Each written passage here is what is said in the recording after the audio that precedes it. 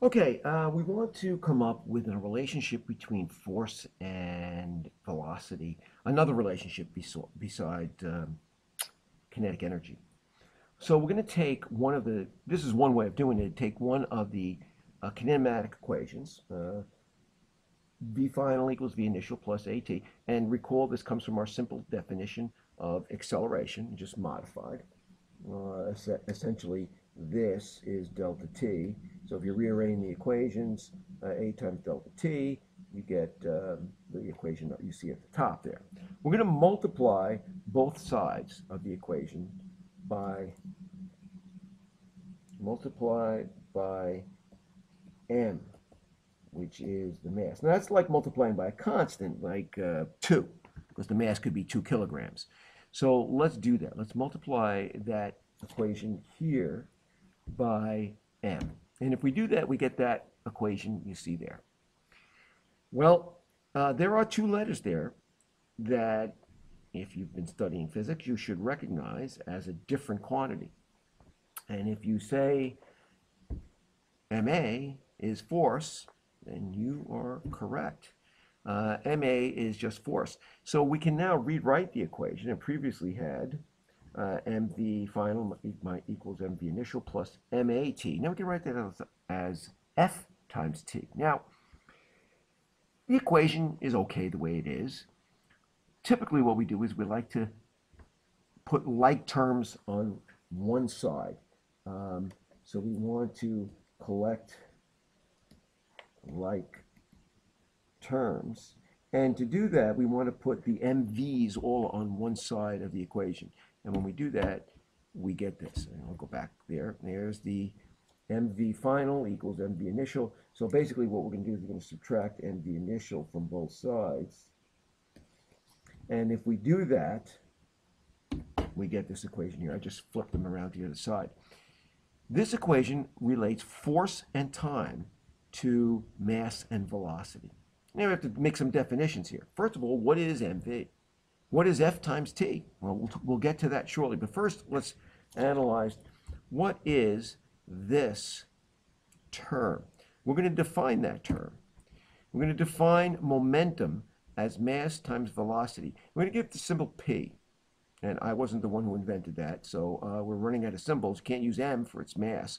So P is equal to mass times velocity. What are the units? Well, it's kilograms times meters per second, which is kilogram meters per second. And there is no special unit. So when you become a famous physicist, you will maybe get that named after you. Here is the equation up here on the upper right. So that was the equation we had. Now let's look at momentum a little bit. On the right side, we have final momentum minus mv initial, which is initial momentum. This is called the change in momentum, delta mv, which is delta p equals mv minus mv initial. So now we kind of have two equations. We've got this one up here on the top, and we've got this one here down below, which is really just the right side of that equation. That's interesting. All right. What about the left side? What is force times time? Can we put that in some kind of context? Well, this is given a name called impulse. And it's a force, which of course is a push or a pull, applied over some time delta t. So now we've got yet another equation where we can say I, which stands for impulse, equals force times time. And I guess what we could write is I now equals delta p, because we know that force times time equals delta p. It's a very shorthand way of writing the whole thing. It does, you do lose a little information when you do that. You can't actually calculate with that, but it's a shorthand way of writing it. In words, the equation says this. It's called the impulse momentum theory. And what it says is that the application of some impulse, some force acting for a certain amount of time, results in a change in the object's momentum. That's essentially what it's saying. If you could put an equation into words, you get a better understanding of what's really going on. So whether it's business equations, math, physics, always try to put it in your own words and see if you can, it'll give you, if you can, then you have a better understanding of the equation.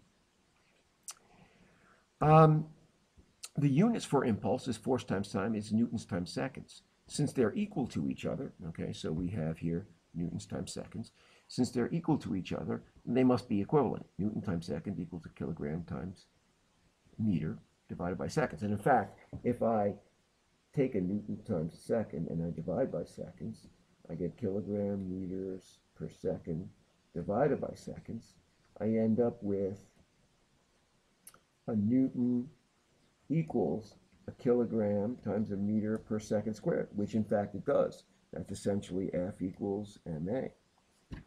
So the units do in fact equal each other. What's the significance of this equation? Well, rockets supply a thrust, which is another word for force, for a specified period of time.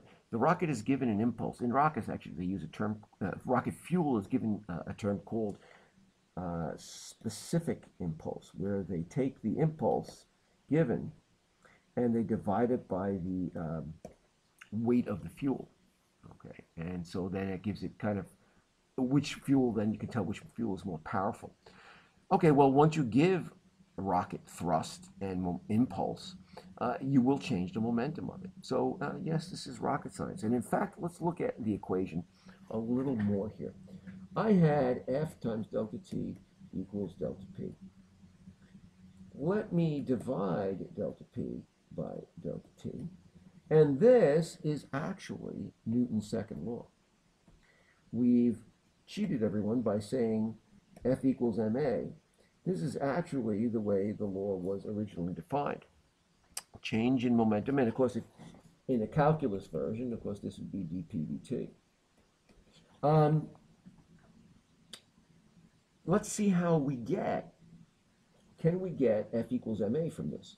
Well, we have F equals delta P over delta T, which is equal to the change in mv over delta T. And there's a feature called the product rule, where if you want to take the change in an object, change in a quantity, a product, essentially, you take the change in the first times the second, plus the change in the second times the first. So let's look at that.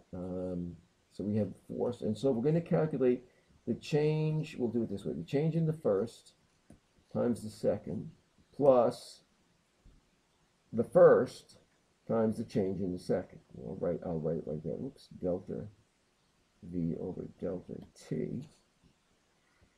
And so therefore, what is this now? What's happening right here? Well, I have a delta M over delta T. There's a change in mass. Change in mass over time. The mass is changing over time. What if the mass isn't changing? What if you're in your car and you go from 0 to 50, okay, over a certain distance? Pretty much you're not going to use any fuel. The fuel is going to be minimal. And you may use like an ounce. The car weighs 1,500 kilograms, 3,000 pounds. You use maybe less, you'll probably use less than an ounce of gasoline. So there is no significant change. So if delta M equals 0, then F equals, this whole term becomes 0. This goes to 0. There is no change in mass, negligible change in mass, but there is a change in your velocity here, and therefore delta V over delta T, if you're aware of that, that becomes acceleration. And so there is your F equals ma. It's only good for objects that have no change in mass. Now, what objects do have a significant change in mass? Well, rockets. So this equation, F equals delta M over delta T times velocity, that's supposed to be a T there, plus M times delta V over delta T, this essentially is the rocket equation. Your rocket, as it's going up, is getting lighter. It's changing its mass. Therefore, its acceleration is increasing. This is the kind of equation you would solve if you wanted to find out the force being applied to the object over time, and in fact calculate the acceleration, because the acceleration is going to be changing, because the accelerate as the mass gets smaller, you'll calculate your change in mass, so after the first second you'll have to recalculate because now your mass is lower. And so this equation you would have to iterate, which means repeat the calculation every short time, in a very short amount of time, maybe in 100th of a second, or if you want to be even more accurate, every 1,000th of a second, you'd have to recalculate and reconfigure what your new mass will be. And of course, as your mass gets smaller, your acceleration is going to increase significantly because the thrust on the rocket, that's this part here, the force, is going to be fairly constant. But rockets provide a fairly constant thrust. So, yeah, as I mentioned, this is rocket science. Let's look at one other example here. Well, we'll look at this example in another video.